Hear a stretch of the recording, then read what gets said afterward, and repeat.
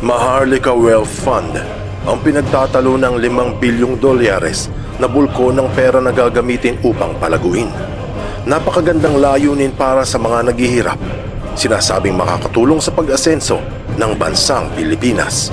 Subalit marami ang tumututol sa planong ito dahil raw sa malaki ang posibilidad na maaaring bumagsak ang investment at maubos ang pondo. Bukod doon, kung magtatagumpay at kumita ng bilyones, maglalaway na naman ang mga corrupt. Siguradong magtataka ang inyong mga kabit kung maririnig nila na ang perang gagamitin sa pondo ng MWF ay pera ng bawat Pilipino. Mayroong mga naniniwala at marami din namang naghihinala. Ang tanong, totoo ba?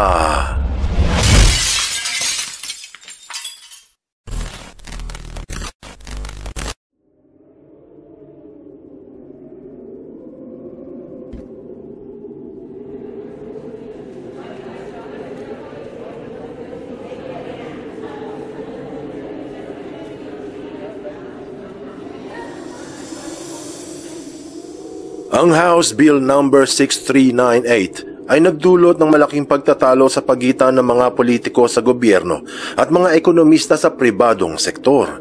Dahil ang bilyong-bilyong gagamitin sa pondo ay pwedeng lumago at maaari ding maglaho. Nagsimula ang kwento kamakailan lang bago matapos ang buwan ng Nobyembre taong 2022. Nung binuksan ng plano na itatatag ang kauna-unahang state-owned wealth fund. Ito ay bulko ng salapi na may halagang halos umabot sa 300 bilyong piso na maaaring ilagay sa mga negosyo sa loob at labas ng bansa. Ang pangunahing layunin ay upang makatulong sa ekonomiya kung magtatagumpay. Ang ganitong klase ng pondo ay karaniwan na sa ibang bansa, sa Pransya, sa China, sa Norway at marami pang iba. Ginagawa din ito ng mga pribadong sektor kung saan ang isang bulko ng pera ay ginagamit upang i-invest sa iba't ibang kumpanya. Kung sa panahon ay magiging asenso ang kumpanyang nilagyan ng investment, lalago ang pondo, kikita ang may-ari. Ginagawa din ito sa pera ng mga magre-retiro para imbis na nakatiwangwang lang ang pera at naghihintay sa mga alis ng trabaho, i-invest ito upang kumita at maaaring dumagdag sa halaga ng matatanggap.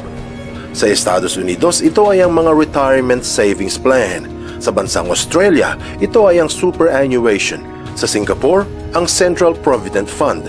Mantsakin mo, kung tagumpay ang plano sa Maharlika Wealth Fund, ang halos 300 bilyong piso ay kikita ng malaking halaga. Makadadagdag ito sa ekonomiya ng bansa. Bukod doon, kung ang unang plano na gamitin ang mga pera sa SSS at GSIS, posibleng mas malaki ang maaaring ibigay sa mga tatanggap kung ito ay ikukonsidera ng mga namamahala. Dahil kung iisipin, ang perang gagamitin sa MWF ay pera ng taong bayan, kaya tama lang na kung ano ang kikitain ay nararapat na ipamahagi sa mamamayan. Ganon din naman kung sa mga bangko magmumula ang pondo. Kung magtatagumpay, maaaring bumaba ang presyo ng bilihin. Magandang balita para sa taong bayan. Noong ika-29 ng Nobyembre, dininig ang plano ng mga nasa pribadong sektor, mga otoridad sa bangko at iba pang sangay. Pagpasok ng Disyembre na aprubahan ito sa unang pagdinig at doon opisyal na pinangalan ng Maharlika Wealth Fund. Mula noon, marami ang nagpahayag ng kanilang suporta. Ang sabi mismo ng Department of Budget and Management ng Pilipinas ay matibay na sinusuportahan ng departamento ang pagtaguyod sa Maharlika Wealth Fund bilang paraan sa pagsulong patungong kasaganahan. Kung sa inaharap ay tuluyang magtatagumpay, maaaring dagdagan pa ang pondo sa MWF at lubusang makatulong ito sa pamumuhay ng bawat Pilipino. Sa madaling salita, makakabangon muli ang Pilipinas kung magtatagumpay ang Maharlika Wealth Fund. Pero ang tanong ng marami ay, paano kung hindi?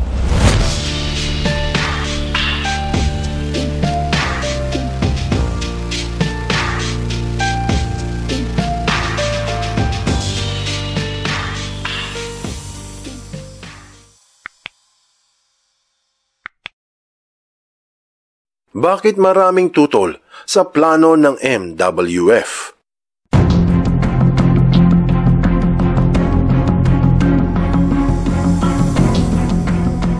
Kung susumahin lahat, napakaganda nga naman ng layunin sa pagtatag ng kauna-unahang sovereign wealth fund ng bansang Pilipinas. Sa wakas ay may tulong upang makabangon muli ang lupang hinirang.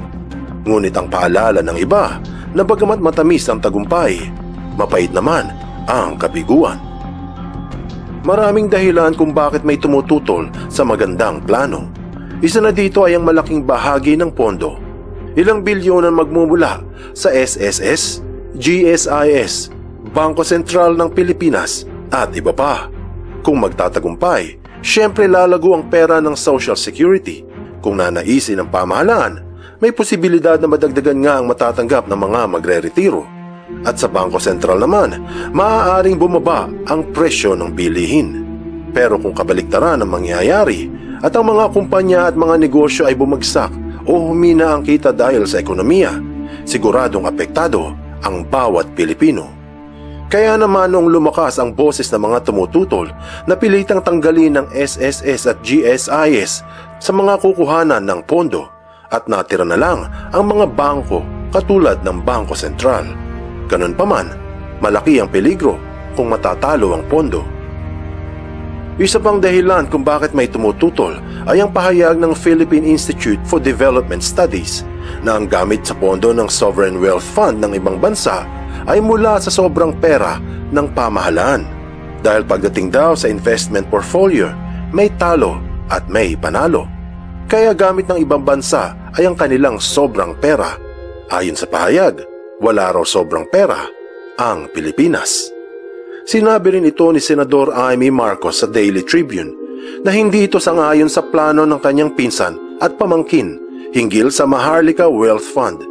Sinabi ng senador na dahil raw sa ang laki-laki pa ng utang natin sa ating mga healthcare workers, senior citizens, sa retirement benefits ng mga sundalo, sa pulis at iba pa. Sa ibang salita, ayon kay Senador Amy Marcos, maraming utang ang bansa sa taong bayan. Kaya kung matatalo ang pondo ng MWF, tayo rin ang mawawalan.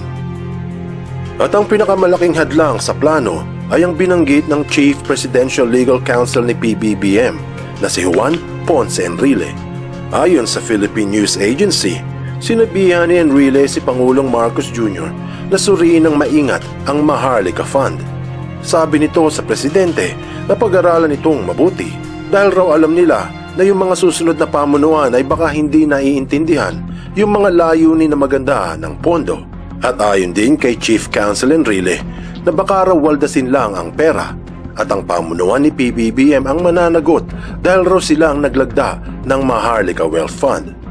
Ayon din sa pahayag, hindi naman tutol ang Chief Counsel sa plano ng Pangulo. Hindi lang raw ito sigurado sa katapatan ng mga susunod na mga miyembro ng pamahalaan. Sa madaling sabi, ang pinakamalaking peligro sa Maharlika Wealth Fund ay ang laganap na korupsyon sa bansa. Masaklap na pangyayari na nasaksihan ng buong mundo sa Sovereign Wealth Fund ng Malaysia, ang 1MDB, kung saan ang mga kalahating bilyong pondo ang hindi mahagilap at yung iba ay lihim na inilipat sa offshore bank accounts ng hindi kilalang may-ari. Ngunit sinabi ng maraming politiko sa bansa na sisikapin nilang maging transparent at walang korupsyon ang magaganap sa pangangalaga ng halos 300 bilyong pisong pondo. Ayon sa isang tweet, 12 grupo ang nagpahayag ng kanilang pagtutol laban sa planong Maharlika Wealth Fund. Mas maigi raw na ang gagamiting pondo ay ilagay na lamang sa gasto sa transportasyon, sa kalusugan, sa edukasyon at iba pa. Sinabi rin ng iba na dahil sa pera ng taong bayan ang gagamitin sa MWF, mas nararapat raw na ang mamamayan ang siyang magdesisyon kung ano ang mas nararapat na gawin sa pondo. Anong aral ang mapupulot dito? Ang layunin ng Maharlika Wealth Fund ay totoong mabuti para sa lahat. Ganun pa man, katulad ng sinabi ng iba na isa sa peligro ng pondo ay ang korupsyon sa bansa. Bagamat yung iba ay nagtagumpay sa kanilang wealth fund, pero mayroong iba kasama ang 1MDB ng Malaysia na hindi.